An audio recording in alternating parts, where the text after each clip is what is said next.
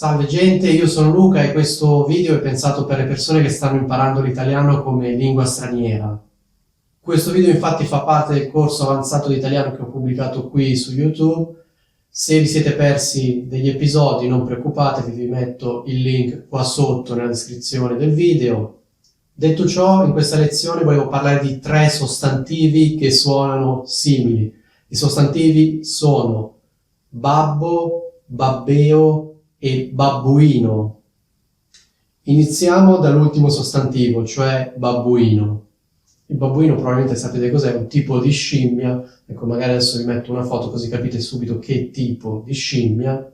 Ecco, il babbuino è questo tipo di scimmia. Probabilmente nella vostra lingua questa scimmia viene chiamata con un nome simile, ma può anche essere che nella vostra lingua questo tipo di scimmia abbiano un nome diverso.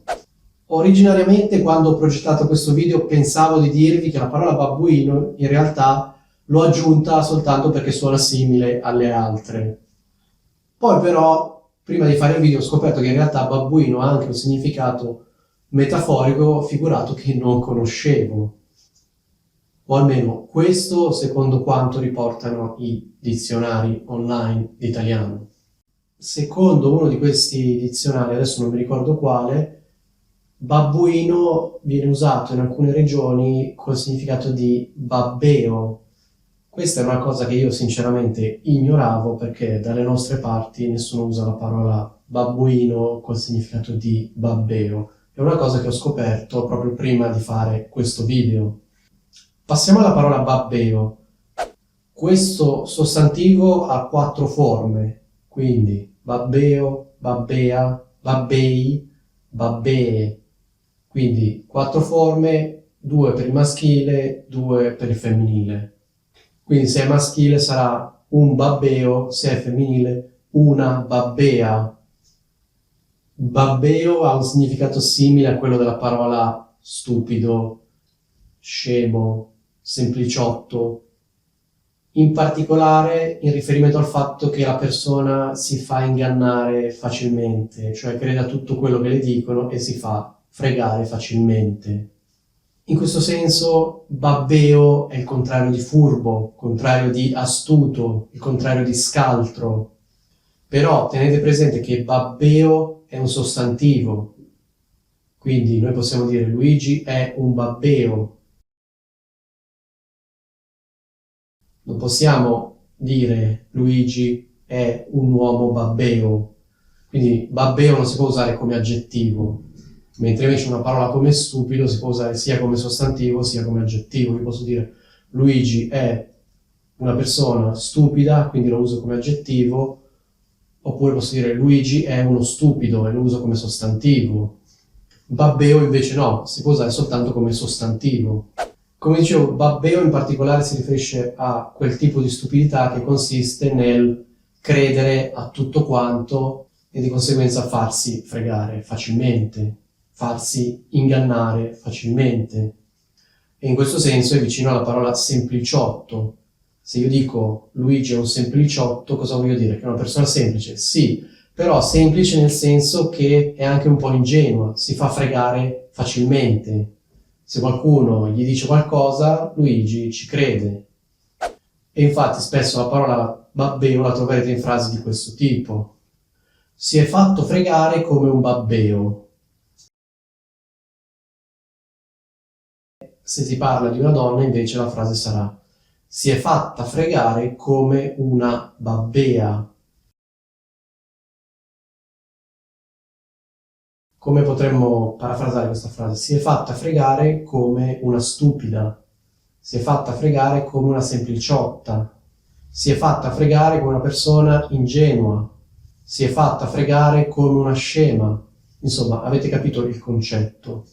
Un altro sinonimo di babbeo che forse conoscete è imbecille. Quindi noi possiamo dire si è fatto fregare come un imbecille.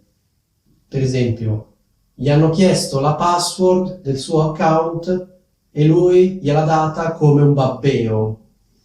Oppure al femminile sarà e lei gliel'ha data come una babbea. Come ho detto, questa parola ha anche le forme plurali, babbei, babbee, Secondo me sono molto più rare, di solito la sentirete al singolare, babbeo, babbea. Ma passiamo alla parola babbo. Allora, questa parola probabilmente la conoscete già, ma probabilmente conoscete uno o due dei significati di questa parola. Il primo significato è quello di Babbo Natale. Babbo Natale sapete chi è? Non è necessario che io ve lo spieghi. Quel personaggio che porta i regali a Natale, quello noi lo chiamiamo Babbo Natale.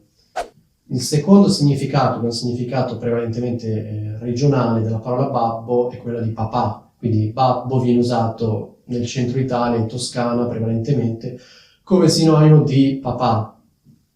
Quindi fate attenzione che babbo non è sinonimo di padre, ma sinonimo di papà, quindi ha un valore, diciamo, affettivo, una sfumatura affettiva. Questa cosa però riguarda soltanto alcune regioni d'Italia. Da me, per esempio, nessuno usa la parola babbo col significato di papà. Nel centro Italia si usa la parola babbo, nel resto d'Italia si usa la parola papà. Da noi, nella mia regione, la parola babbo viene usata con un significato completamente diverso da quello di papà, ma che ha un significato simile, se non uguale, a quello di babbeo. Tra parentesi è una parola usatissima, molto frequente, non è una parola rara, anzi è molto più comune sentire babbo che non babbeo. E quindi dalle nostre parti è comune sentire frasi del tipo: è un babbo, si è fatto fregare come un babbo. La parola babbo, come la parola babbeo, è un sostantivo che ha 4 forme, quindi c'è babbo, babba, babbi, babbe. Come la parola babbeo può essere usata sia per constatare una cosa, sia come insulto. Chiaramente non è un insulto grave, è un insulto un po' scherzoso. Cioè, se io dico a una persona ma sei un babbo, questa persona non si offende, perché comunque non è un insulto grave. Vabbè, poi chiaramente ci sono persone che si offendono anche se gli dici sei un babbo, però in generale una persona non si offende, non è un insulto grave. Allo stesso modo, se io dico sei un babbeo, la persona non si offende verosimilmente. Come dicevo, c'è anche la forma per il femminile, quindi io posso dire sei una babba, che significa sei stupida, sei ingenua, sei una sempliciotta, questo vuol dire babbo. Poi dalle nostre parti molto spesso la parola babbo viene usata come insulto generico, insulto non grave e generico, quindi qualcosa di simile alla parola imbecille, ma volendo anche alla parola sfigato. Cioè, quando si dice sei un babbo non si precisa esattamente a quale aspetto della personalità ci riferiamo. Come dicevo, di solito ci si riferisce alla stupidità, all'ingenuità, alla semplicità della persona, ma alcuni usano la parola babbo come insulto generico. Una cosa curiosa è che ho cercato sui dizionari online, apparentemente la parola babbo usata in questo modo non esiste. Ho consultato diversi dizionari online e nessuno riporta questo uso della parola babbo, che dalle nostre parti è frequentissimo. Non vi sto parlando di una parola rara, di una parola molto, molto, molto comune. Si sente spesso la parola babbo, babba, babbi, babbe. Quindi ricapitoliamo un attimo quello che abbiamo detto in questo video.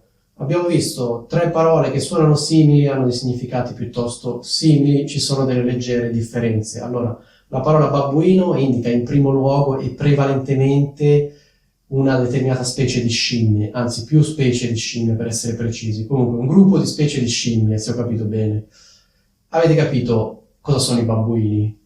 Secondo quello che c'è scritto nel dizionario, la parola babbuino in alcune regioni viene usata col significato di babbeo.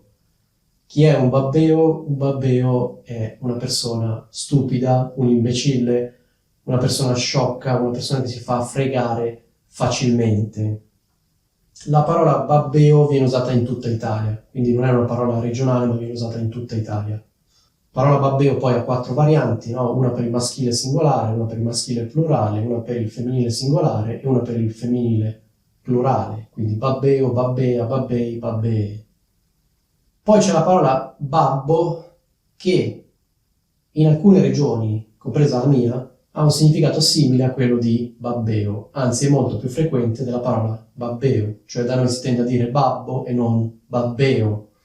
In questo caso la parola babbo ha 4 forme: babbo, babba, babbi, babbe, come babbeo. Poi probabilmente sapevate già che babbo ha anche altri 2 significati: un significato che riguarda la regione toscana e il centro Italia ed è sinonimo di papà, e poi c'è Babbo Natale, che è un famoso personaggio che porta i regali a Natale. Ecco, questo è quanto. Spero che questo video vi sia piaciuto. Se vi è piaciuto, mi raccomando, condividetelo con i vostri amici, compagni di corso, persone che studiano italiano. Se lo fate mi fa soltanto piacere. Detto ciò, vi saluto. Che l'italiano avanzato sia sempre con voi.